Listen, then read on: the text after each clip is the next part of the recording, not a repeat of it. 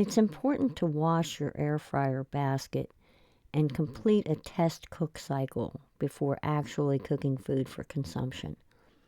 This test will ensure that the machine is working properly.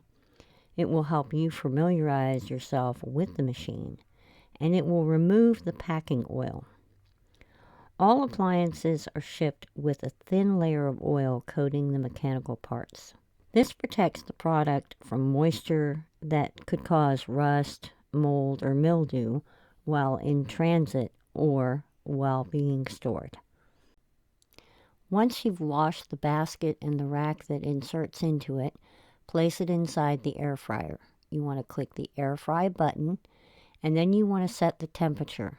You can do that by pushing the temperature button and then turning the knob to the desired amount. You want to set the timer for 20 minutes. Once you have the time and temperature set, then you want to hit the start button. You'll notice that it's preheating and turned on. Now you just wait.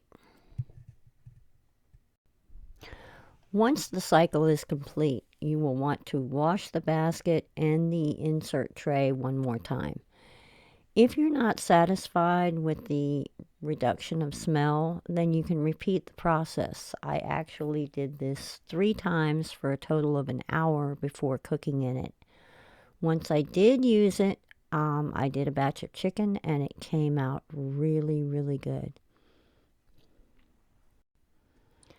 I'll have to admit I was a little intimidated when I first got this machine. My son bought it for me as a birthday present.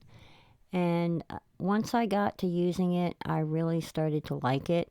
And I think you will too if you invest in one of these machines. Don't just use it as an air fryer. It has other options for baking and broiling and such. So don't be afraid to use it in other ways than just an air fryer.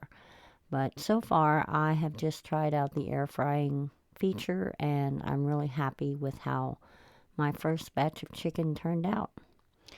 If you like this video, please give me a thumbs up.